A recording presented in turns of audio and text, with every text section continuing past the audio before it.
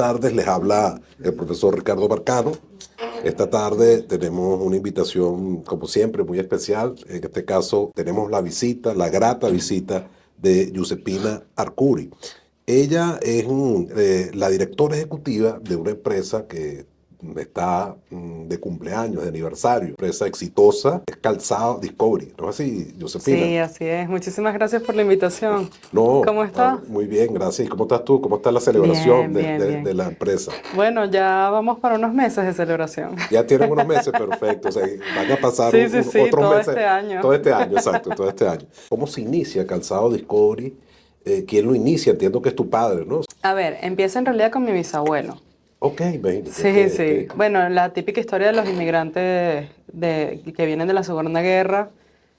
La verdad que siempre fue como un proceso complicado. Muchos vinieron con el know-how que tenían. La mayoría de los italianos vinieron aquí para Ujú. zapateros. Casi todas las zapaterías o las fábricas de calzado son de italianos. O tienen tienen un background de... Un antecedente Sí, italiano. claro, por supuesto. Y entonces, bueno, empezó así, empezó prácticamente arreglando calzado, después empezaron a arreglar plantas tal vez, y bueno, así fue generándose un tema de compra de maquinaria y cuando vienes a ver, durante unos años había también un poquito de bonanza y se crean estas fábricas. El tema son las que se han mantenido en el tiempo, ¿no? Claro. Entonces Sí, tu bisabuelo, pero fíjate tú, sí, que yo tenía entendido que era tu padre, pero fue tu bisabuelo mi que llega bisabuelo, a Venezuela, sí. llega, como dices tú, con el know-how. El Ujú, know-how venía del mundo del ujú. calzado y bueno, él lo implanta acá en el país Exacto, que lo acoge. exacto. Y comienza como una tienda en principio, No, ¿o no? comienza, como todos los inmigrantes empezaron fue arreglando calzado. Arreglando, ok, sí. Entonces, igual que los sastres. Ajá. O sea, mucho de las fábricas textiles que están hoy en día son de repente de italianos o españoles que lo que hacían era hacer arreglos y de hacer arreglos pasaron a hacer un pantalón y de hacer un pantalón pasaron a hacer la camisa. Y cuando Ujú. vinieron a ver tenían líneas de producción. Fíjate, es interesante porque, bueno, es un emprendimiento pequeño, Sí, sí, sí. modesto, que empieza, como dices tú, con Exacto. el know-how, es decir, con sus habilidades, con sus conocimientos. Entonces empiezan con reparación, pero a medida que empiezan a acumular, como todo proceso, ¿no? Ujú. Empiezan a acumular dinero, recursos, Exacto. ven la manera cómo invertir. Entonces se Sí, atreven y ese atrevimiento es lo que mueve pues, claro. al industrial, al empresario. Exacto. Y me Es que hubo imagino que muchas fue ese inversiones. proceso que Sí, se sí, dio sí. ahí. Es así mismo, hubo mucha inversión. O sea, al final lo que obtenían, lo que hacían era invertirlo en el país. Nosotros, por ejemplo, tenemos la última máquina que adquirimos fue en 2015. Ok, O sea, estamos hablando de una máquina que tiene muy poco muy tiempo. poco O tiempo. sea, para la envergadura de lo que hace, no es una máquina robotizada. Sí. Ah, qué Entonces, bueno, parte de tener eso. tecnología de Sí, hay punta tecnología entonces. de punta, sí. ¿En qué momento decide ya dar ese salto? Esa historia siempre es muy interesante porque no es como ahora que tú buscabas unos currículum y entonces tú vas buscando los CV y empiezas a colocar a las personas según sus capacidades. Ujú, Allá, o sea, en ese entonces la gente se hacía. O sea, tú ujú. formabas a las personas. Ok, Y había programas, por ejemplo, el programa del INSES que sí, formaba, sí. formaba personas en la parte de zapatería. De hecho, mi papá hizo programas del INSES. Y muchos de los que están hoy en día en puestos directivos del área de calzado hicieron programas de En allí. el INSS. Se formaban las personas en las áreas que eran necesarias. Ujú, Ahorita tenemos programas más administrativos. De hecho, estamos tratando con el INSEE de generar otra vez esos programas de calzado, ¿no? ok. Pero Más de corte técnico, pues. sí, claro, pero parte de eso, parte de que la gente se acercaba, mira, yo puedo trabajar. Sí, claro, vente. O sea, y era, ven, yo te formo, yo trato de ayudarte. Tenemos la parte de costura, la parte de corte, o sea, tenemos cortes a troquel, cortes a Ajá. mano, tenemos lo que son las monturas, lo que es el tema de raspado, entonces hay los técnicos, los ayudantes, todo eso está mezclado allí. Pero fíjate que es una cosa interesante la que dice, porque es la parte de formación Ujú. del talento Sí, humano. ¿Me explico? Entonces, eso es una responsabilidad que tiene el empresario. Contrata a su recurso, le ve su potencialidad, les entrena en ese oficio y exacto. bueno, les da una forma de vida. Una empresa familiar, ¿no es así? Sí, claro, Y qué todavía. interesante, claro. Pero dices todavía, pero ¿por qué dices todavía? ¿Por qué generación vas? Bueno, vamos por la cuarta. Sí, Ya en la segunda generación empiezan a tener problemas, ¿no? sí, creo que nada Entonces, más, creo que el número es un 8% o un 10%. poco, Es sí, muy es bajo, bajo, es bajo. es muy Entonces, bajito. eso que estás diciendo es significativo, van por la cuarta generación, Sí. ¿no? Pero Entonces, no ha sido fácil. no ha sido fácil, pero lo han logrado y están Sí, ahí, claro. son 50 años, a eso es lo que me Claro. refiero, ¿no? Claro, claro, no. O sea, no es fácil porque en las empresas familiares pasa algo, ¿no? Y es que se quiere el control. Es un tema que está inherente en las empresas, ¿no? En la parte directiva. Entonces, claro, para mi papá también fue muy complicado que mi abuelo soltara un poco el esquema y que él pudiera empezar a hacer, porque siempre tiene esa premisa de que es que las decisiones las tomo yo porque a mí me duele más. Tú tal vez no tomes la decisión correcta. Pero claro, también tienes que equivocarte en ese proceso, ¿no? O sea, tú vas a tratar de no hacerlo. O parte de eso, ¿no? Que esa parte directiva pueda soltar un poquito el control. Entonces, eso le costó mucho, a mi papá también le costó mucho conmigo. Claro. De hecho, ahorita todavía mantenemos un híbrido. Ojo, con el que estamos bastante cómodos. Exacto, a lo mejor tiene que ser a la salida, Exacto. que fuese híbrido a los efectos que se diera esa transición, Sí, ¿no? sí, De sí. una generación a otra. Exactamente. La persona que funda la empresa la ve nacer, la ve crecer, etcétera, y dice, bueno, ahora le va a tocar a mis herederos. Incluso en la tradición que él tiene en su esquema Exacto. mental, que ahí empiezan algunas dificultades, porque las generaciones más jóvenes entonces tienen otro esquema. Ujú.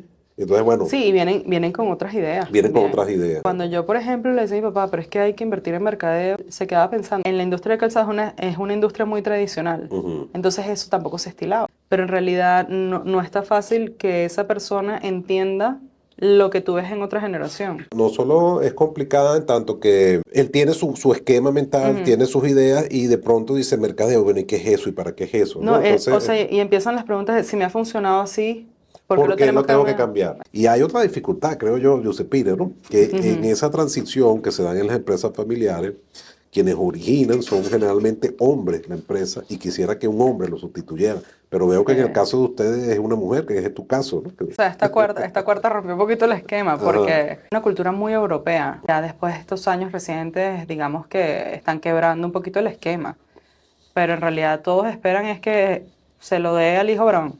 Okay. En realidad aquí no hubo hijo varón, había 3 mujeres. Y sin embargo te voy a contar una anécdota que tenemos. Alguien le preguntó eso mismo a mi papá. O sea, no me lo preguntaron a mí. Porque en realidad yo soy ingeniero metalúrgico. Lo mío era irme por biomateriales, por otra rama. Y le dijeron, mira, pero es que no te hubiera gustado tener un hijo varón. Y se quedó pensando y dijo, ¿pero para qué? ¿Para qué si tengo pina? O sea, Qué bueno, prácticamente. qué bueno. Una buena respuesta, ¿sabes? Sí. Muy bella además. No está en el hecho del género, de si eres hombre o si eres mujer, en realidad está en el hecho de qué tanto puedes llevar a cabo y de cómo lo puedes, exactamente, y de que te formes, porque al final si de repente no tienes las herramientas que las busques. Claro, yo no empecé con un puesto directivo, evidentemente, empecé escalando. Una organización que en realidad no está organizada. Y eso está mucho en las empresas familiares. ¿Qué cosas hiciste ahí? Cuéntame. Tienes unos colaboradores en la parte de maquinaria, ¿no? En producción. Es, digamos que, el grueso de mi nómina. Y luego tienes a la parte administrativa. Estaba mi papá, estaban una persona que fungía como de administrador de recursos humanos y había una secretaria. Y yo. Te toca hacer de todo. A mí me tocó hacer todas las funciones. Entonces yo era mercadeo, era recursos humanos, era administración, era finanzas. Viste todo el sistema. Tienes que tener un panorama muy general. Pero aparte estás involucrada completamente en las operaciones. Entonces, mientras tratas de ver el panorama y dices, bueno, ¿y qué hago aquí? Ajá. Bueno, ya va, espérate, porque me toca hacer un pago. Ya va, espérate, que le tengo que pagar a este proveedor. No, espérate, tengo que hacer esta compra. Claro, yo empecé en la compañía, tenía 26 años. Y, de hecho, fui a hacer un MBA. Fue así como que pedí mira, por favor, necesito hacer este MBA, no importa si no tengo experiencia laboral, pero lo necesito ya. O sea, porque necesitaba herramientas. Mis materias electivas en la universidad eran ingeniería económica. Parte de que veas un tema de costos, de que veas un tema de retornos de inversión, y eso siempre es bueno. Yo tengo amigas odontólogas y te dicen, pero es que a mí ojalá me hubieran dado una materia de costos. No saben cómo van a cobrar. Y esas son deficiencias que hay en los esquemas educativos también. Fíjate que tú me decías hace ratico, bueno, yo tenía que aprender marketing también. Entonces, ¿dónde Todo. aprendiste el marketing? Bueno, te lo puedo decir. O sea, con Laurita yo tengo ya 5 años y, digamos, para que llegáramos a un punto en donde las fotos se vieran bien como yo quería que se viera en la imagen, nada más Laura, para que tome una foto que quede en la posición que tiene que ser. Todo eso hace también tu marca, o sea, hace tu branding. Dice, bueno, agarré tomé control del asunto cuando mi papá me hereda y bueno, estábamos en un híbrido, como dices tú, que Sí, estamos en un ha híbrido. sido la manera de hacer viable la transición. Sin embargo, yo puse un poquito de orden. ¿Qué orden lograste? Bueno, ¿Cómo? ahorita tenemos departamentos, que me parece Ok. genial. O sea, yo llegué a un punto en que estaba respondiendo hasta Mercado Libre. O sea, claro, no querías perder ninguna venta. Entonces, si comercial se cae, tienes un problema porque no tienes flujo. Pero entonces ese flujo también va para mercadeo. Pero y si mercadeo no es suficiente, se pierden ventas. Entonces, de eso parte y entonces si no tienes eso, entonces ¿qué hace administración? Tu nómina puede aumentar o puede bajar. Eso es todo un engranaje. Tienes tus departamentos. Estamos hablando, ahorita tenemos el departamento de administración, tenemos nuestro departamento comercial que ya tiene su dirección. Casi en todas las áreas hay coordinación. Todo eso es un granito de arena porque al final cada quien tiene unas responsabilidades. De hecho, tenemos un departamento que creo que nació primero, que fue el Departamento de Comercio Exterior. Wow, qué interesante. Todo va según las necesidades. Hace 3 años estábamos 2 personas nada más en la parte comercial. Tú vas migrando según las necesidades. Así es. De acuerdo a cómo vas creciendo, Claro. en términos de dificultades que vas Exacto. experimentando, bueno, te organizas mejor. Exactamente. Hablabas al principio de la entrevista de que tienen una maquinaria del año 2015 de generación reciente en Sí. términos de tecnología. Es otro dato interesante de tu empresa. ¿Sabes por qué? Porque de acuerdo con la literatura, las empresas familiares no son dadas mucho a innovar, a la innovación.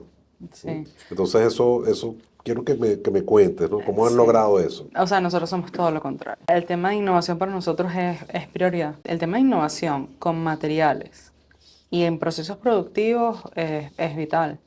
Porque si no nos quedamos, ves catálogo con productos que son, o sea, que estás viendo reciente en Europa. Entonces tratamos de traerlo en el momento justo, porque sabes que en Latinoamérica para hacer adaptación a producto tarda un poco. De hecho, es lo que te decía, nosotros tenemos un híbrido. Porque mi papá, su rama prioritaria es producción. Su esquema está en la parte productiva y él maneja procesos. Yo manejo un poco la planificación, bueno, un poco no, manejo la planificación como tal de producción, pero ellos son quienes ejecutan. Y claro, ahí es donde está el know-how. Vienen de hacer carrera y tener experiencia. O sea, no trata de involucrarse todo lo que puede, pero al final son ellos los que tienen todo el know-how. Nosotros por lo menos 2 veces al año vamos a feria. Para mantenerse actualizado. Para mantenernos Pero actualizados. En maneja- casos de materiales, sí. Y en casos de maquinaria, bueno, estamos actualizados todo el tiempo con nuestros proveedores prioritarios. Y entonces han logrado adaptar tecnología de punta. O sea, nosotros optamos por las europeas que estamos hablando de mejores calidades, prestan un mayor servicio. Nosotros tenemos en realidad 3 líneas. O sea, tenemos la línea de seguridad, la línea táctica y luego tenemos la línea de los colegiales, que nosotros llamamos que es la línea para todos, ¿no? O sea, hay colegiales, hay deportivos, el principal es la de seguridad. Al final es un tema de dotación de empresa, vas desde lo más básico hasta lo más top. Ahorita tenemos, por ejemplo, sistemas de rache. Al final eso se viene a la parte de seguridad. ¿Por qué? Porque si tienes un problema, lo más rápido es que jales y sacas el pie. No tienes que desentrenzar. Eso es un calzado de seguridad industrial, ¿no? Así, De seguridad alto industrial, industrial. sí. O sea, tiene seguridad industrial y protección. Protección. Y esa es la especialidad de Esa es ustedes. nuestra especialidad. Y- O sea, eso y táctico. Cuéntame táctico. Bueno, táctico es todo lo que tiene que ver con policía, todo lo que tenga que ver con fuerza. Motorizados, tienes de gala, tienes patentes. Dime una cosa, Josephine, ¿y desde el principio fue siempre calzado de industrial? No. ¿En qué momento dan el giro? Nosotros damos giro entre 2010 2014. ¿Y Eso cómo fueron toman esa unos... decisión? Es interesante. Sí, bueno, es interesante porque, bueno, sabes que el tema del detal cayó muchísimo. Ok. Entonces no había tanto poder adquisitivo. La pronta moda se pierde. Porque antes lo más fuerte era vender en tienda. Entonces a ti te hacían pedidos de 2.000, 3.000 pares para una sola tienda. Hay muchos factores, ¿no? Hay un tema de e-commerce, hay un tema de branding. Ya no ibas por la calidad del producto, sino por la marca, que las tiendas dejaron de vender. Y entonces al dejar de vender tú dices, bueno, ¿qué segmento está? ¿A qué segmento voy a migrar? Y nosotros tuvimos muchos años haciendo colegiales. El colegial es algo de necesidad. Siempre hay niños que van al colegio y los niños les crecen más rápido el pie. Entonces es más fácil, ¿sabes? Es un tema comercial, ¿no? Ok. Y bueno, luego nació el tema del calzado de seguridad. Lo que pasa es que para hacer calzado de seguridad tienes que tener tecnología. Tú lo puedes hacer bajo unos sistemas tradicionales, pero no es igual. No cumple ciertas normas. El zapato se divide en partes, ¿no? Pero cuando tú tienes la parte de arriba del calzado es una capellada. Entonces todo lo que es la parte de arriba en cuero, las lengüetas, la trenza, todo lo que es como un saquito. Y entonces luego lo que hacías era que montabas y pegabas la suela y luego la cosías. Está bien. Pero cuando coses, Ajá. no le puedes poner la puntera de acero, Ok. porque entonces no puedes coser la puntera de acero. Venían con un tipo de calzado y dan el giro. Ujú, exacto. Y dan el giro porque ven una oportunidad. Exacto. Y había una necesidad. Fue una decisión que en ese momento se tomó y fue una decisión correcta. Acertada. Exacto. Súper acertada. De alguna manera hay un pensamiento estratégico de alguien que Claro. conoce el negocio, de alguien que a lo mejor está viendo algo en el mercado, tiene la intuición y toma la decisión, que también Exacto. es importante desde el punto de vista gerencial y estratégico. Sí, sí, total. Tener ese olfato, esa intuición y decir, bueno, tengo que hacer este corte, tengo que dar este giro si quiero que esto sobreviva y continuar en Totalmente. produciendo. Sé que ustedes son una de las empresas venezolanas que está exportando y eso también es un estupendo logro. El tema de las exportaciones es gratificante, pero siempre surgen complicaciones dentro que tienes que saber cómo las vas a superar, ¿no? Al final tenemos unos mercados globalizados. Nuestras exportaciones nacen justamente en pandemia, ¿no? ¿Te acuerdas que lo primero que cerró fue China? Sí, como Y eso fue como sí. que, o sea, allí sí la gente se dio cuenta que no podía depender de China. Personas dijeron, bueno, ajá, ¿qué tenemos? Hay que ver hacia la región. O sea, ¿cómo vamos a suplir esto? Empezaron a ver hacia las regiones y decir, bueno, está bien, entonces tú puedes hacer esto, yo puedo hacer esto, y vamos a sustituir un poco las importaciones de China. Y al final nosotros conseguimos un representante en Centroamérica. Comercialización sigue estando de parte de nosotros, de ustedes, ¿no? perfecto. Y más que todo el mercadeo. La comercialización está como en parte en Centroamérica y parte acá. Pero claro, es un apoyo constante porque al final tú lo que quieres es que surja la marca, es que tu branding se levante y eso lo vas a hacer tú desde acá, ¿no? Y desde el mercadeo los vas a apoyar. Ha sido complicado porque tú dices, bueno, ¿con qué pruebo? Pero no puedo mandar consolidado. O sea, no es que yo puedo mandar una paleta y probar a ver qué funciona primero. Ok. Entonces, bueno, nada, tienes que mandar un contenedor. Perro, un contenedor. ¿Cuántos zapatos son? Bueno, saca las cuentas, son más o menos como 2.500 pares en un contenedor de 20 si lo mandas en caja, porque si no pueden ser 5.000. A nosotros lo que nos ayuda es que la logística sea lo más baja posible, para que no le pegue al consumidor final. Entonces, tú mandas y después de 1 año y medio nos dimos cuenta que había un producto que no salió y es del que mandaste más. Entonces, revierte la situación porque lo tienes que vender, o sea, no te los puedes regresar. Dedícale muchísimo a mercadeo. O sea, con uñas logramos sacar. Y empiezan otros dilemas, ¿no? Las navieras dicen que tarda 45 días. No, pero es que los zapatos no pueden tardar 45 días hasta Centroamérica. Estamos hablando de que eso puede ser 10. Las exportaciones no tradicionales carecen mucho de la experticia. Entonces, tú dices, ajá, bueno, vamos a sacar esto. Entonces, el acuerdo tal, en ese país no lo quieren aceptar. Bueno, pero si está firmado, es bilateral.